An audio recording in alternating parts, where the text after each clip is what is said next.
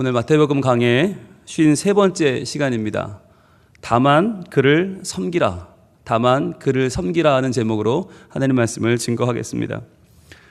우리는 지난주까지 이 마귀의 시험, 아주 지독한 시험이죠. 3번이나 반복해서 끊임없이 물고 늘어지는 그 사단의 시험에 예수님께서 어떻게 반응하셨는가라고 하는 것을 보았습니다.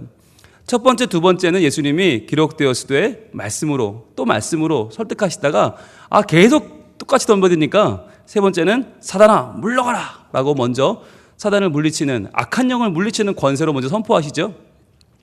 그런데 우리는 이 선포를 딱 하는 순간에 이제 끝났구나 생각을 해요. 이제 이 모든 과정은 끝났구나. 왜? 사단인데, 선포했는데, 물러가라 했는데 그럼 끝이잖아요. 보통 우리는 그렇게 한번 정지하고 나면 어떻게 돼요? 속 시원하죠? 그리고 휙 돌아서면 멋있어요. 다시는 안 봐요. 해결된 거예요. 끝난 거예요. 이미 그 사람에 대해서는 코드를 뽑아버린 거죠. 그런데 예수님은 그렇게 하지 않으신다는 거예요. 사단아 물러가라! 끝난 게 아니라 기록되었을 때 또 나오세요.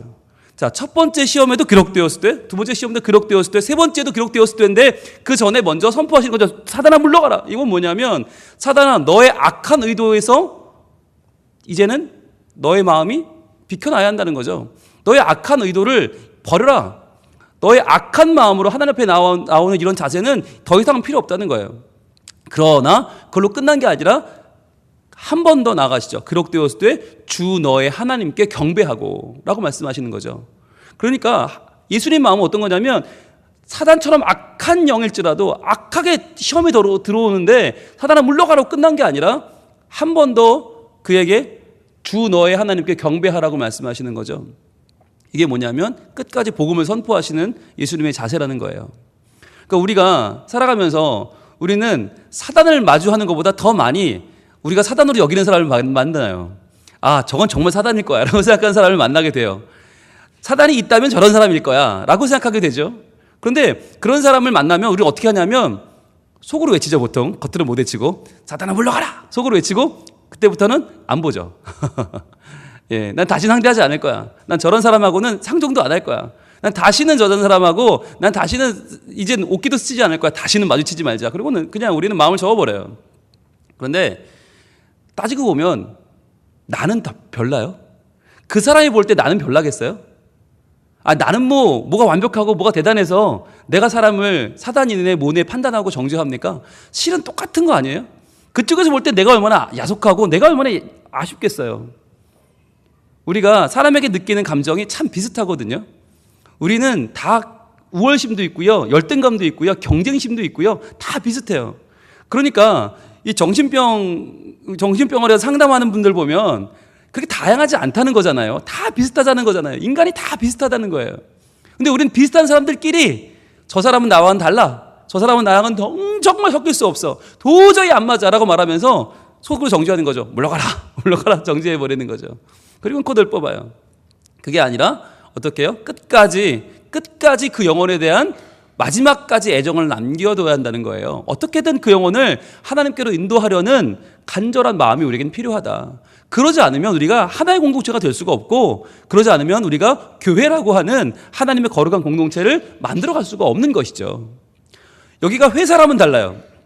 회사라면 마음이 안 맞으면 서로 다른 부서 배치하면 되고, 또 그래도 안 맞으면 회사 옮기면 돼요. 요즘은 군대도 정 안 맞으면 그냥 집에 보내요. 물러내서 너 안 맞지? 도저히 안 되겠지? 안 되겠어요. 그럼 집에 가. 보내줍니다. 그런데 이 세상 공동체는 다 되는데 하나 안 되는 게 있어요. 나 2개군요. 2개가 안 되는 게 있어요. 그게 교회란 가정이에요. 교회란 가정은 안 맞아도 방법이 없네요. 안 맞는다고 내 아들 안 맞는다고 옆집 아들 하겠어요? 옆집 아들이 마음에 들고 얼굴 예쁘다고 우리 집 데려오겠어요? 안 되는 거 아니에요. 어떻게 생겨먹었든 내 아들이면 끝까지 안고 가야 되는 거 아니에요. 아무리 말이 안 통해도. 교회도 마찬가지라는 거죠. 교회도 예수님의 이 모습, 사단아 물러가라 하셨지만 그러나 끝까지 주 너의 하나님이 계시지 않느냐. 여러분 감동이지 않아요? 주 너의 하나님이 계시다는데. 사단이면 우리는 끝난 거지. 그런데 주 너의 하나님께 경배해라. 예수님의 마음이라는 거죠. 그래서 우리가 지난주에 봤잖아요. 예수님께 사단아 물러가라 소리를 들은 제자가 있다고 그랬죠. 누구였어요? 베드로잖아요. 베드로. 그 유명한 베드로가, 수제자 베드로가 예수님께 사단아 내 뒤로 물러가라. 왜 그랬어요? 베드로가 사단이에요? 아니죠. 그러나 베드로가 마치 사단처럼 예수님의 구원 사역에 반대하고 나올 때 예수님은 가차없이 말씀하셨어요. 예수님이 십자가에 달리시고 고난당하고 죽어야 할 것을 이야기했을 때 베드로가 훈계하면서 예수님 그러면 안 됩니다 라고 했을 때 예수님께서는 사단아 내 뒤로 물러가라 하셨죠. 근데 사단아 물러가라 하신 뒤에 멋지게 딱 문 열고 박차하고 나왔어요? 문 꽝 닫고 나왔어요? 아니란 말이죠. 그때 어떻게 하셨어요? 한번 볼까요? 마태복음 16장 24절. 자, 우리 지난주에 봤죠? 다시 한번 봅니다. 중요한 본문이니까. 예수님이 사탄아 물러가라 하신 다음에 어떻게 했나? 바로 다음 절에 이렇게 나와요. 바로 다음 절에 이에 예수께서 제자들에게 이르시되 누구든지 나를 따라오려거든 자기를 부인하고 자기 십자가를 지고 나를 따를 것이니라. 자, 예수님이 뭐라고 하셨어요? 누구든지라고 했죠? 누구든지 나를 따라오려거든. 자, 이 누구든지에 누가 포함된다고요? 베드로도. 조금 전에 사단아 물러가라 했으면 자, 베드로는 빼고 나머지 중에서만 해야 돼 맞는 거 아니에요? 예수님은 누구든지 열어놓으셨다고 그랬죠? 누구든지 나를 따라오려거든. 베드로 너도 지금 엉뚱한 소리 했지만 지금 너는 사단 같은 그런 내 구원 사역을 막는 소리를 했지만 그럼에도 불구하고 너한테도 내가 열어놓는다는 거 아니에요? 이게 뭐였어요? 첫 번째는 누구든지란 말 속에 들어있는 은혜의 초대라고 했죠.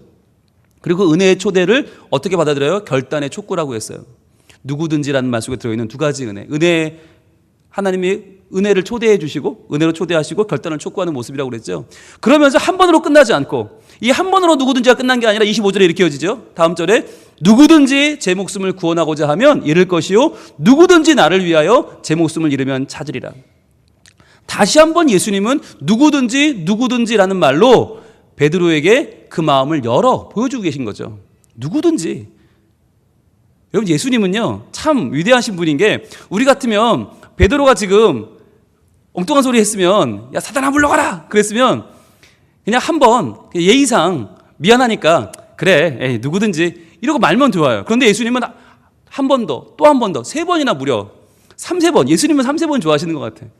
누구든지 그러니까 베드로 너도 얼마든지 내가 지금 널 혼냈지만 사단아 물러가라 소리까지 했지만 그러나 다시 한번 기회를 주니까 베드로 너라면 기회를 잡을 수 있을 거야 라고 하는 애정을 가지고 예수님이 한 번, 두 번, 세 번까지 누구든지라고 열어놓으셨다는 거죠. 그러니까 우리가 하나님께 때로는 책망받을 때가 있어요.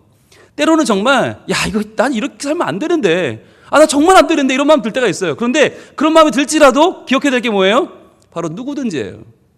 누구든지. 이게 예수님 마음이에요. 이 누구든지 안에 나도 열려 있어요. 나도 얼마든지 하나님의 은혜 받을 수 있고 나도 얼마든지 예배할 수 있고 얼마든지 하나님의 은혜 가운데 나갈 수 있다. 내가 그 은혜를 붙잡기만 하면 하나님 날 버리지 않으신다 라고 하는 간절한 소원이 우리에게는 필요하다라고 하는 말씀을 지난주에 나눴습니다. 자, 그럼 이제 이번 주는 드디어 이제 결론부로 갑니다. 여러분 저희가 지금 예수님의 세 가지 시험을 마태복음 4장의 예수님의 시험을 지금 얼마나 봤는지 아세요? 제가 이 마태복음 강해를 시작한 게 2015년 11월이었습니다. 제가 저희 교회 처음 오면서 2015년 11월에 마태복음 1장 1절부터 시작을 해서 쭉 와서 작년 8월 10일부터 이 4장을 들어왔어요. 예수님의 이 시험, 세 가지 시험을 작년 8월 10일 날 들어왔는데 이제 드디어 끝나갑니다. 오늘로 27주째예요. 예수님의 세 가지 시험을 보통 목사님들이 한 주에 설교하거든요. 한 주에 많이 하면 3주 합니다. 세 가지 시험이니까. 그런데 저희가 27주째 지금 보고 있고요. 아마 2주 후면 끝날 것 같아요. 그러면 한 29주 정도 볼 것 같아요. 약 30주를 보고 있는데 세 가지 시험, 예수님의 세 가지 시험이 과연 뭐길래 이렇게 많이 봐야 되는가? 저도 몰랐어요, 처음에는. 그런데 보다 보니까 하나하나에 담겨져 있는 하나님 말씀이 참으로 귀하고 그 말씀을 하나도 놓치고 싶지가 않은 거예요. 그냥 지나가고 싶지가 않은 거예요. 보니까 하나하나가 다 의미가 있는 말씀이고요. 우리에게 꼭 필요한 은혜의 말씀이에요. 그래서 저는 오늘도 이 말씀을 붙잡기를 원합니다. 그냥 지금까지 은혜로웠으니까, 지금까지 좋았으니까, 그래 이제는 끝이네, 마무리네, 그래 잘 끝나야지가 아니라 오늘은 어떤 말씀을 주실까? 오늘은 어떤 말씀으로 이어질까? 오늘은 어떤 말씀으로 이 말씀이 완성될까? 라고 하는 기대와 소망을 가지고 오늘 말씀을 볼 수 있기를 원합니다. 자, 그럼 오늘 같이 오늘의 본문 마태복음 4장 10절을 다시 한번 크게 읽겠습니다. 시작. 이에 예수께서 말씀하시되 사탄아 물러가라 기록되었을 때 주 너의 하나님께 경배하고 다만 그를 섬기라 하였느니라. 아멘. 예수님이 3번이나 끈질기게 도전해 오는 이 사단에게 사단아 물러가라 하신 다음에 자 기록되었다. 봐봐. 주 너의 하나님께 경배해야지 그를 품어 안다고 그랬죠. 그러면서 하신 말씀이 뭐냐? 다만 그를 섬기라. 그러니까 이 시험에 예수님이 뭐라고 상대하시나 마지막 결론이 뭐냐면 다만 그를 섬기라예요. 그는 누구예요? 하나님이죠. 하나님을 섬기라. 자, 그러면 이 하나님을 섬기라는 말이 왜 중요한가? 지금 사단이 하고 있는 게 뭐예요? 사단이 지금 뭐 하고 있어요? 시험하고 있죠. 시험한다는 게 뭐예요? 예수님 돌로 떡 만들면 사람들이 다 인정할 겁니다. 예수님 높은 데서 뛰어내리면 사람들이 다 좋아할 거예요. 그러니까 한번 해보세요. 해보면 믿을 거 아니에요. 해보면 다 좋아할 거 아니에요. 해보면 쉬운 길 아닙니까? 하십시오. 이게 시험이죠. 여러분 한 가지 생각해 봅시다. 예수님이 이거를 하는 게 좋아요? 안 하는 게 좋아요? 하는 게 쉬워요? 안 하는 게 쉬워요? 당연히 하는 게 쉬워요. 예수님이 못할 게 뭐예요? 뭐 돌로 떡 만드는 게 뭐 예수님 어렵겠어요? 높은 데 뛰어내려서 안 다치는 거 뭐 누가 못해? 그거 아무나 해요. 그러니까 예수님 할 수 있어요. 근데 왜 안 하실까요?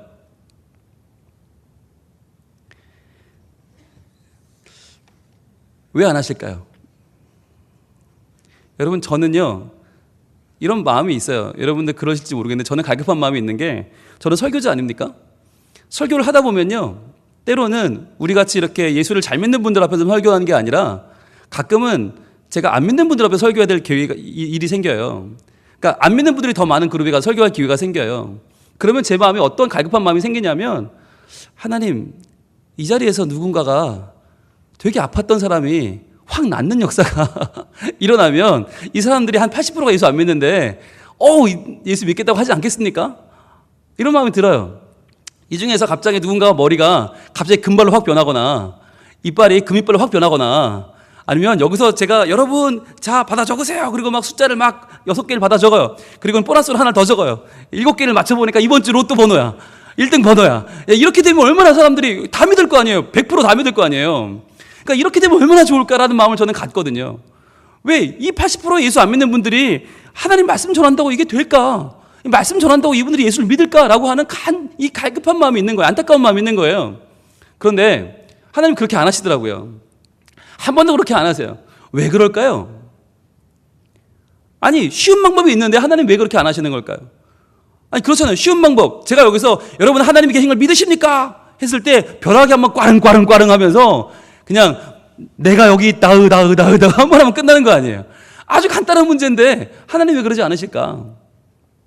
왜 그런 쉬운 방법 돌로 떡 만들고 높은 데 뛰어내리고 그런 방법이 있는데 하나님은 왜 그렇게 안 하실까? 왜 그럴까요? 여러분 그런 방법이요 신기하기는 하지만 때로 놀랍기는 하지만 흥미롭기는 하지만 그게 사람을 변화시킬 수가 없더라는 것이죠.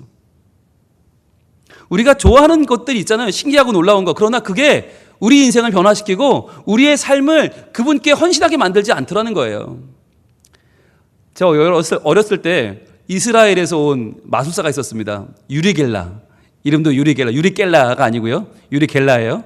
유리겔라가 와서 뭘 했냐면 숟가락을 손으로 이렇게 문대요. 근데 숟가락이 휘어요. 이렇게 휘어더니 뚝 부러져 나가는 거예요. 여러분 기억나시죠? 근데 그거를 유리겔라만 한 게 아니잖아요. 자, TV 카메라 보면서 여러분도 따라해보세요. 그러면서 온 전국에 있는 어린이는 다 해봤어요. 숟가락 가지고 다 해봤어요. 근데 신기한 건 휘어요. 뚝뚝 부러져 나가요. 너무 신기한 거 아니에요? 아니 유리겔라가 하는 건 뭐 소금칠하고 치지 우리 집에서 내가 하는데 되더라고요. 어떻게 되냐고요 막. 너무 신기한 거예요. 그리고 그때 데이비드 커퍼필드라는 마술사가 있었습니다. 데이비드 커퍼필드가 어떤 걸 했냐면 뉴욕의 자유의 여신상을 없애버렸어요. 뭐 전보 제트기를 없애버리고 만리장성을 통과하고 너무 신경을 많이 한 거예요. 그러니까 웬만큼 뭐 그냥 모자에서 막 토끼 나오고 품에서 비둘기 나오고 이런 건 쉽잖아요. 막 여자 가운데 놓고 막 가운데 톱으로 막 자르고 막 이렇게 해가지고 머리는 저기가 있고 발은 저기가 있고 뭐 이런 거 있잖아요. 뭐 이런 걸 한 게 아니라 더 신기한 걸 막 말도 안 되는 마술을 막 했어요. 그런데 그래가지고 유리겔라를 마음으로 그분을 영접하고 유리겔라를 통해서 구원을 받고 그분께 인생을 헌신한 사람이 있었냐? 한 명도 없었어요. 데이비드 커퍼필드가 변화시킨 인생이 한 명이라도 있냐? 한 명도 없었어요. 그냥 신기하고 말았어요. 저는 집에 있는 숟가락 그렇게 해서 휘게 하고 부러뜨려가지고 엄마한테 엄청 혼났어요. 아니, 집에 잘 쓰는 숟가락이나 못 쓰게 만들었지 그게 무슨 유익이 있어요? 아무 유익이 없잖아요. 결국 된통 혼났어요. 자, 그런데 여러분, 그게 신기하고 놀라운 게 사람들의 마음을 자극할 수는 있지만 그게 아무런 힘이 없다는 거예요. 그러면 예수님이 하신 게 뭐야? 예수님이 그러면 그거 다 안 하시고 안 하고 쉬운 방법 안 하고 신기한 거 안 하고 놀라운 거 안 하고 예수님이 하신 게 뭐냐는 거예요. 그게 바로 고린도전서 15장 3절과 4절이에요. 고린도전서 15장에 이렇게 말씀합니다. 우리 한번 찾아볼게요. 고린도전서 15장. 이건 표시를 좀 해야 좋을 것 같아요. 예수님이 그러면 그런 거 신기한 거 안 하시고 뭘 하셨나? 신약성경 282쪽입니다. 고린도전서 15장 3절. 자, 여러분들 노란색을 일단 드시고 어디다 표시해야 될까 알려드릴게요. 같이 읽습니다. 시작. 내가 받은 것을 먼저 너에게 전하였노니 이는 성경대로 그리스도께서 우리를 위하여 죽으시고. 자, 어디부터 쳐요? 성경대로부터 칩니다. 성경대로 그리스도께서 우리를 위하여 죽으셨다. 예수님이 이걸 하셨다는 거예요. 예수님이 뭐 놀라운 거 신기한 거 돌로 떡 만들고 이런 거 한 게 아니라 뭘 했나? 성경대로 하나님의 말씀대로 그리스도께서 우리 죄를 위하여 죽으셨다. 그리고 그 다음 4절에서 뭐라고 말씀하시나요? 장사 지낸 바 되셨다가 성경대로 사흘 만에 다시 살아나셨다. 표시해 보세요. 성경대로 사흘 만에 다시 살아나사. 이게 예수님이 하신 거란 말이에요. 예수님이 하신 게 뭐냐면 예수님은 신기한 거 놀라운 게 아니라 성경대로 죽으셨고 성경대로 부활하셨다는 거예요. 이게 예수님이 하신 가장 놀라운 이적이라는 거예요. 가장 큰 기적이라는 거예요. 왜 이게 기적이고 이적인가? 이게 뭘 보여주는 거냐면 성경대로라는 이 한마디가 보여주는 게 뭐냐? 하나님의 말씀은 진리라는 거예요. 하나님의 말씀은 말씀대로 된다는 거예요. 왜요? 하나님은 살아 계시니까. 예수님이 성경대로 죽으신 이유가 뭐냐? 성경대로 부활하신 이유가 뭐냐? 바로 천지를 만드신 하나님 아버지가 계시다는 것을 알려주기 위해서. 천지는 어쩌다 그냥 생겨나는 것이 아니고 우린 그냥 남들처럼 아웅바웅 살다가 돈 벌고 큰 집 살고 열심히 남들보다 유명해지려고 살다가 죽으면 끝장나는 인생이 아니라 천지를 창조하신 분이 계시고 내 인생의 주인이 계시고 내가 죽으면 천국도 있고 지옥도 있고 영생도 있고 영벌도 있다. 이것을 확실하게 알려주기 위하여 성경대로 죽으신 분이 예수님이고 성경대로 살아나신 분이 예수님이라는 거예요. 이게 예수님 하신 거예요. 여러분, 우리는 세상에 놀라운 많은 이야기들을 하면서 기적이란 얘기를 해요. 그런데 여러분, 기적 중에 기적이 뭔지 아세요? 하나님이 계시다는 게 기적이에요. 하나님이 계시다. 천지 만물을 창조한 분이 계시다. 이것처럼 큰 기적이 어디 있어요? 그런데 그걸 어떻게 할 수 있어요? 성경대로 할 수 있어요. 하나님이 하신 이 말씀이 하나도 땅에 떨어지지 않고 약속하신 대로 죽으신 분이 계시고 약속한 대로 살아나신 분이 계시다는 거예요. 그러니까 예수님이 뭘 하셨나? 바로 우리를 위해서 성경대로 하나님의 말씀이 진리라고 하는 것을 보여주셨다는 거죠. 그래서 예수님의 삶을 보면 언제나 예수님은 말씀이에요. 기록되었을 때예요. 항상 말씀 중심이에요. 왜? 그 말씀대로 되는 것이 바로 하나님의 살아계시다는 증거이기 때문이에요. 그래서 예수님이 마태복음 4장에서 이 사단의 시험에 계속 뭘로 응수하세요? 기록되었을 때. 신명기 6장, 신명기 8장, 신명기 6장. 계속해서 선포되었던 모세의 설교 말씀, 신명기 말씀을 가지고 와서 예수님이 사단을 상대하는 이유가 뭐냐? 바로 그 말씀이 진리이며 그 말씀을 주신 하나님의 살아계시다는 것을 사단에게 선포하시고 이 시간 우리 모두에게 알게 하시는 줄 믿습니다. 그러니까 여러분, 우리가 살면서 우리 삶에 기대해도 되든 기대할 수 있는 기적이 뭐냐? 제일 큰 기적은 말씀대로 되는 것이에요. 이게 그냥 글이 아니라 책이 아니라 2000년 전에 그냥 어쩌다가 생겨난 그 어떤 서적이 아니라 이게 내 삶에 와닿고 내 삶을 변화시키는 하나님의 살아있는 말씀, 지금도 살아계셔서 내 삶의 역사는 하나님 말씀이라는 게 얼마나 큰 기적이에요. 세상에 그런 책이 어디 있어요? 아무리 비싼 책, 아무리 좋은 책, 아무리 귀한 책을 가져와도 나하고는 아무 상관이 없어요. 이건 책이지, 이건 글이지. 그런데 이 성경 말씀은 지금 내 삶에 힘이 되고 지금 내 삶에 구원을 주고 의미를 주고 나를 다시 한번 살게 하는 힘이 있다는 거잖아요. 이게 얼마나 큰 기적이에요. 그러니까 예수님은 기적 중에 기적을 보여주려고 하시는 거예요. 어설픈 기적 말고, 남들 다 아는 기적 말고, 예수님은 여러분 아마 최현우도 할걸요? 우리나라 최현우 마술사라고 있거든요. 이은결이라고 있거든요. 아마 돌로 떡 만드는 건 식은 죽 먹기로 할걸요? 높은 데서 뛰어내려서 안 다치는 거요? 아마 할 수 있는 마술사 세계에 1000명도 넘을걸요? 그런 거 하는 분이 아니신 거예요, 예수님은. 그냥 뭐 속임수하고 거짓말로 하고 어떤 예술적인 무대를 꾸미는 분이 아니라 정말 인간에게 필요한 것이 뭐냐? 정말 내 인생에 가장 중요한 게 뭐냐? 바로 하나님의 말씀이 진리라고 하는 것을 선포해 주신 분이 바로 예수님이라는 거예요. 그래서 예수님은 기록되었으되 기록되었으되 기록되었으되 라고 말씀하시는 거죠. 그런데 우리는 어떤가 보세요. 우리는요, 하나님 말씀에 별로 관심이 없어요. 그리고 뭐에 관심이 있냐? 도리어 내 삶에 뭔가 특이한 거, 특별한 거를 원해요. 마치 사단처럼 예수님을 자꾸 우리는 시험하고 있어요. 예수님, 이번에요, 우리 아들이 좋은 대학 가면 내가 하나님 믿을게요. 하나님, 이번에요, 우리 집이 잘 팔리면 지금 얼마까지 나왔는데요, 거기서 2천만 더 받으면 내가 하나님 살아계신 줄 믿을게요. 이런 마음을 자꾸 우린 가져요. 그게 뭐예요? 시험하는 거예요. 하나님, 이번에 우리 딸이 시집 가는데 정말 시집을 잘 가면 내가 하나님 살아계시다고 믿을게요. 오죽하면 이런 분도 있어요. 하나님, 이번에 제가 이번 우리 교회 안수집사 권사가 되면 장로가 되면 하나님 계신 줄로 확신하고 제가 헌금 생활도 제대로 하고 봉사도 잘하겠습니다. 이런 분도 있어요. 근데 이게 다 뭐예요? 종목만 바꾼 거예요. 돌이 떡 되는 거, 높은 데 뛰는 거, 종목만 바꿔가지고 뭐 하는 거? 하나님 시험하는 거예요. 뭔가 좀 이상해 보이는 거, 야릇해 보이는 거, 뭐가 하나 되면. 여러분, 저도 어렸을 때 방언 가지고 많이 기도해 봤거든요. 방언 달라고 정말 기도원 쫓아다니면서 밤새고 막 나무뿌리 뽑고 다 해봤거든요. 근데 지금 생각해 보면, 아, 그 시간에 공부를 할 걸. 그런 마음이 들어요. 그 시간에 공부를 했으면 제가 더 훌륭한 사람이 됐을 텐데. 왜냐하면 제가 하나님을 믿는 사람인 건 분명했어요. 구원받은 사람인 것도 분명했어요. 저 교회에서도 열심히 예배했고요. 성가도 열심히 했고, 임원 열심히 했고요. 저 말씀대로 살려고 노력 많이 했어요.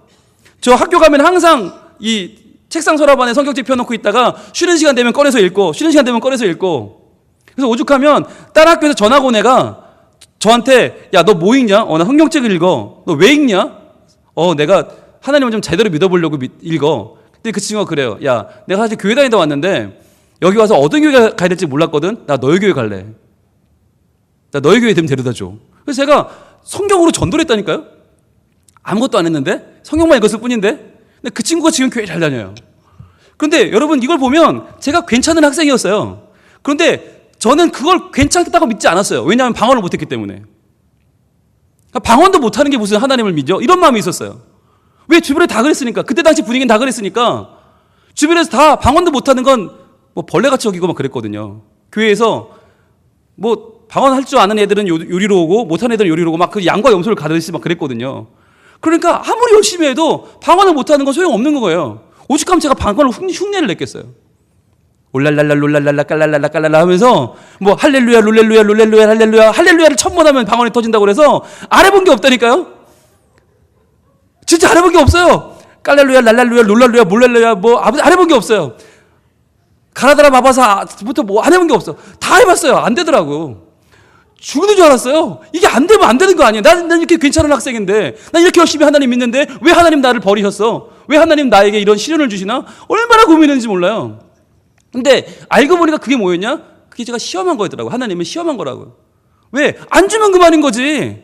하나님 마음이지. 주고 싶으면 주고 말고 싶으면 마는 건데 그걸 줄 때까지 왜 안 주냐고 하나님께 따지듯이 하면서, 학생이 공부 안 하고 밤에 가서 밤샘 철야하고 기도하고 와가지고 목이 다 쉬어가지고 학교 오면 선생님이, 자, 오늘 26번 일어나봐. 홍영이 대답해봐. 그게 말이죠. 너 뭐 왜 그래?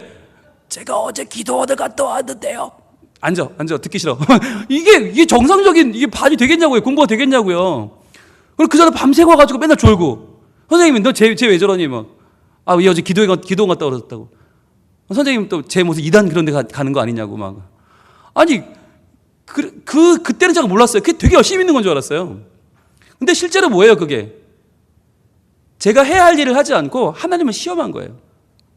하나님 시험한 거예요. 하나님 저게 방언을 주면 그것도 또 방언도 그냥 방언도 아니에요. 그때요, 중국어 방언, 미국 방언, 영어 방언, 프랑스 방언, 뭐 아무튼 뭐 여러 가지 방언들이 있었어요. 뭐 이태리 방언, 뭐 이렇게 뭐 러시아 방언 여러 가지 있었어요. 그 중에서 하나님, 저는요 랄랄라 방언은 치사해서 안 받겠고요.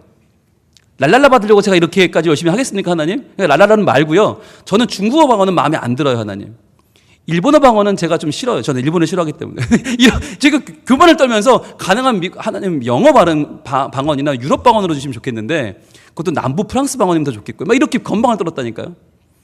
그러니까 굉장히 신앙의 교만함이 있었던 거예요. 나는 수협에도 나오는 아이니까. 난 교회에서 사는 아이인데, 나는 찬양 인도자고, 나는 뭐 임원이고, 나는 찬양되고, 난 열심히 하는데, 이 정도 하면 적어도 남부 프랑스 방언 정도는 받아야지. 그래서 기도하겠습니다. 숑숑망시저망망시망 막 이렇게 막 기도하면 애들이 와 하면서, 야 진짜 쟤는 정말 열심히 있는 아이구나. 하나님 정말 사랑하시는구나. 막 후광이 막 비치고 막 이래야 되는 줄 알았어요. 저는 얼마나 멋있겠어요. 근데 그게 아니더라고요. 지금 와서 보면 어느 날 간신히 랄랄라 방언을 받고는 창피해서 말도 못하고, 받았다는 말도 못하고, 누가 안 받았냐 그러면 안 받은 건 아닌데, 그럼 뭘 받았냐고 모르겠다고, 일단 이제 받은 것 같긴 한데 모르겠다고, 얼마나 창피했는지. 하나님이 원망스럽다니까요. 왜 하필이면 랄랄라야, 개나 소나 받는 랄랄라를 왜 나한테 주냐고. 그러면서 제가 얼마나 기분 나빠하는지 아세요? 그러니까 아마 방언 받고 기분 나빠하는 사람은 저밖에 없었을 거예요. 왜? 내가 원하는 건 다른 거였으니까. 그러니까 하나님이 제가 원하는 대로 응답하지 않았기 때문에 저는 하나님이 안 계시다고 말한 거죠. 하나님이 내 기도를 안 들어줬다고 말한 거죠. 그러면서 하나님이 안 계시다고 말한 거죠. 이게 다 뭐냐면 우리가 하나님을 시험하고 있다는 거예요.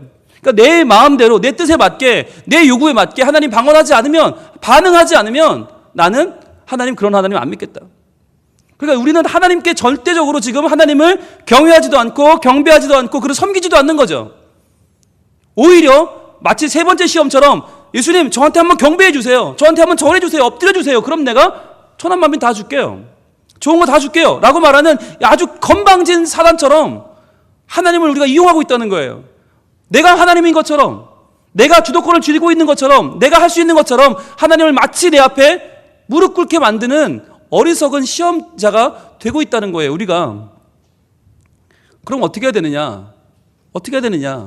오늘 우리 주님의 말씀, 주 너의 하나님께 경배하고 다만 그를 섬기라.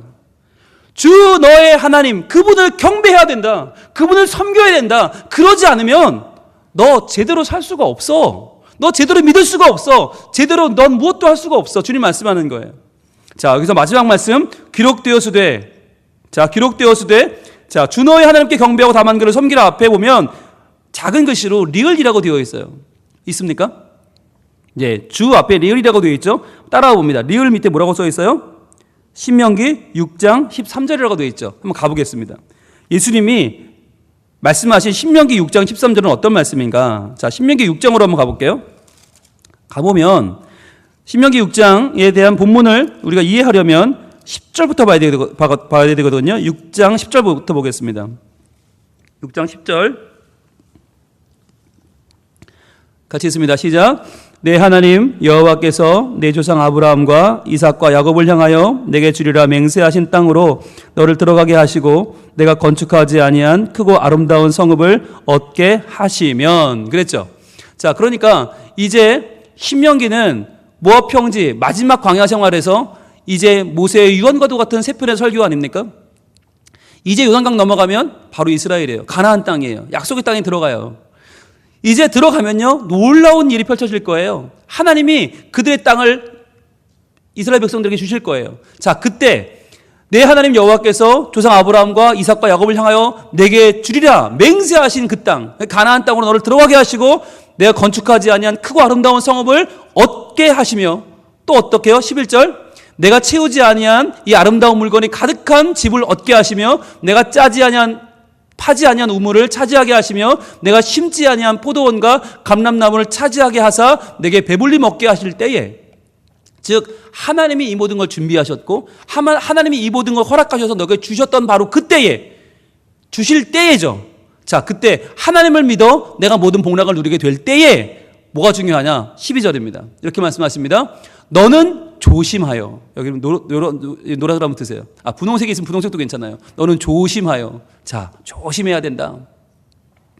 조심하여 너를 애굽 땅 종되었던 집에서 인도하여 내신 여호와를 잊지 말고. 자, 여호와를 잊지 말고. 이게 중요하죠. 너는 조심하여 잊지 말아라. 왜요?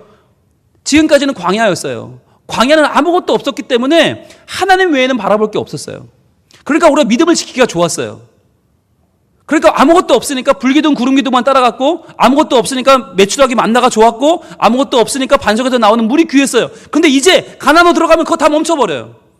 그게 다 멈추고 아름다운 땅이 있고 아름다운 집이 있고 아름다운 나무가 있어요. 그래, 이 모든 걸 다 잊어버리게 될 거다. 그래서 너희는 어떻게 해요? 조심해서 여호와를 잊지 말고, 그 다음이 13절 오늘 말씀이에요. 바로 같이 읽습니다. 내 하나님 여호와를 경외하며 그를 섬기며 그의 이름으로 맹세할 것이니라. 아멘. 절대 잊으면 안 된다는 거예요. 절대 잊지 말고 너에게 풍족하게 되는 날, 풍요로움이 찾아오는 날, 그때 너희가 만족하게 되는 그때에 하나님을 잊어버릴 수 있다. 왜? 더 가지려고, 더 누리려고, 더 차지하려고, 더 잘 살아보겠다고, 남들보다 나아져 보겠다고 너희가 발버둥을 칠 그때에 너희는 하나님을 잊어버릴 것이다. 그러니까 조심하여 하나님을 잊지 말고 도리어 어떻게 하라고요? 내 하나님 여호와를 경외하며 그를 섬기며 그의 이름으로 맹세할 것이니라. 이것이 하나님이 모세를 통하여서 그의 백성 이스라엘에게 주신 말씀이었어요. 그런데 중요한 거, 이 말씀을 지켰어요? 못 지켰어요? 못 지켰어요. 못 지켜서 가나안 땅에 들어가서 이스라엘 백성들은 다 그 땅에 눈이 멀어버렸어요. 그래서 들어가자마자 하나님을 잊어버렸어요. 바알을 섬기고 아세라를 섬기고 몰록을 섬기고 밀곰을 섬기고 모두가 다 하나님을 잊어버렸어요. 그래서 결국에는 하나님이 참다가 멸망시켜버렸죠. 그래서 우리가 지금 공부 다 했잖아요. 11개 상하에서 배웠잖아요. 북이스라엘은 아수르에게 망하고 남유다는 바벨론에게 망하고 포로로 끌려갔다가 지금 겨우겨우 70년 만에 돌아와서 역대기 들어갔잖아요. 우리 공부를. 이게 뭘 보여줍니까? 하나님의 말씀을요, 우리 삶 가운데로 접목시켜서 그것을 받아들여서 붙잡지 않으면 아무리 훌륭한 설교라도 필요 없다는 거예요. 아무리 훌륭한 설교가 모세가 설교했으면 뭐예요? 아무리 3번이나 반복해서 설교했으면 뭐예요?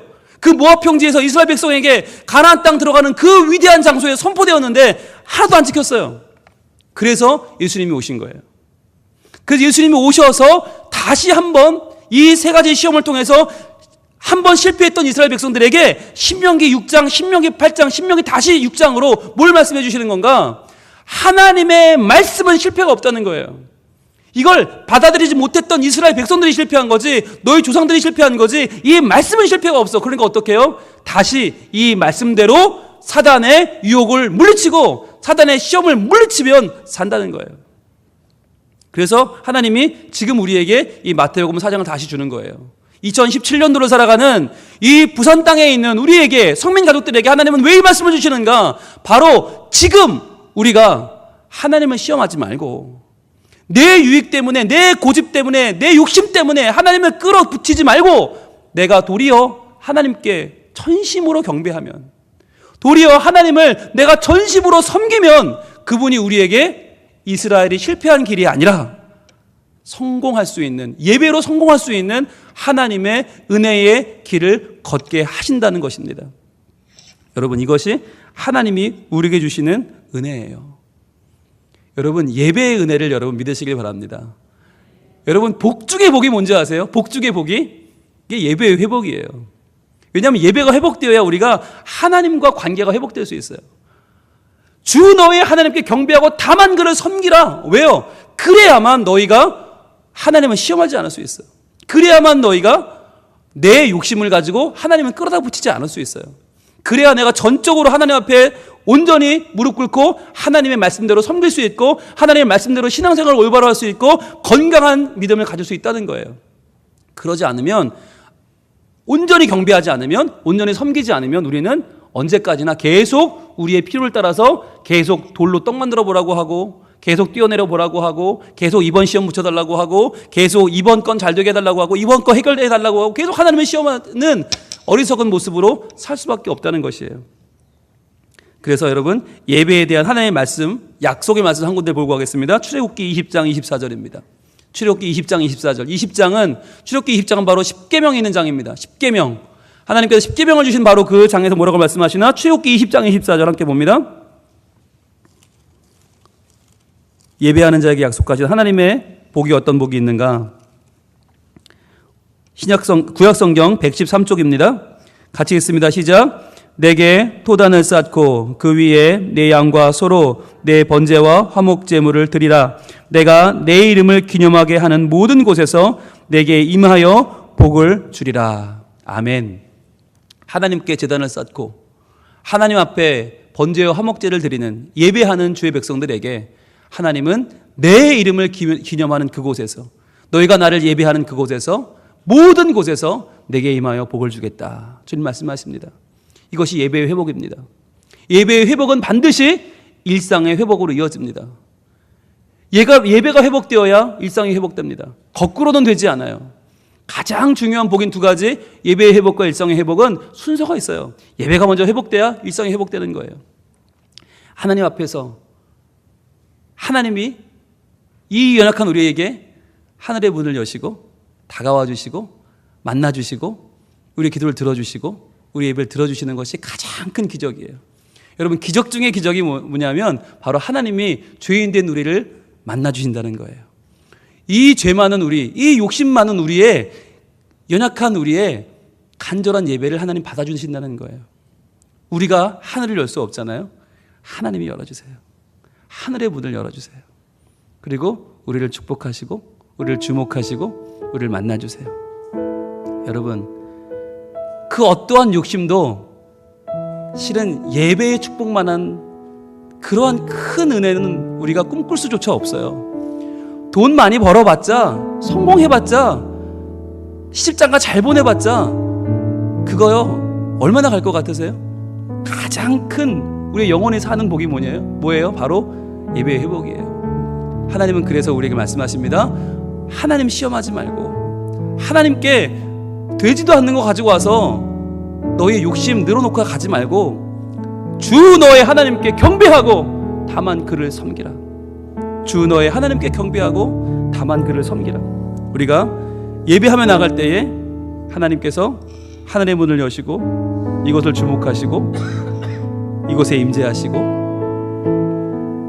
이곳에 오셔서 우리의 예배를 받아주실 줄 믿습니다. 같이 우리 찬양할까요? 하늘의 문을 여셔서, 하늘의 문을 여소서, 이곳을 주목하소서. 주를 향한 노래가 꺼지지 않으니 하늘을 열고 오소서.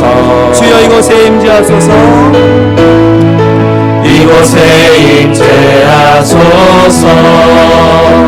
주님을 기다립니다. 이 노래야 우리가 하늘에 닿으니 주여 임재하여 주소서.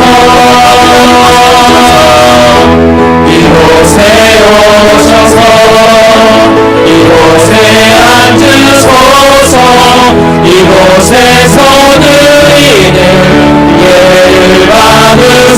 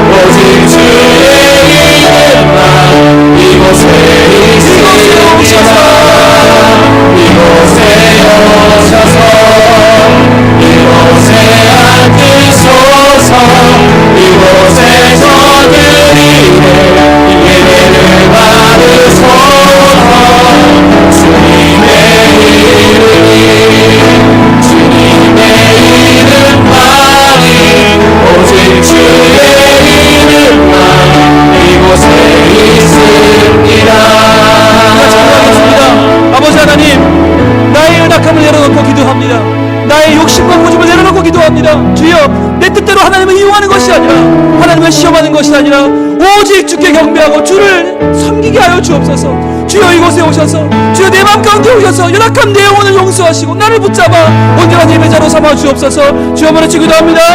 주여 아버지 주여 우리의 도와주시옵소서. 주여 우리의 연약한 마음 가운데 오시옵소서. 주여 오셔서 주여 우리의 서러움과 하나님 주셔서 구원하라. 욕심과 고집으로 열정 붙이는 내 마음을 전하시고 내 고집을 되어버라고 내 마음을 되어버라고 예수님께로 되어버라고 아버지 내 마음을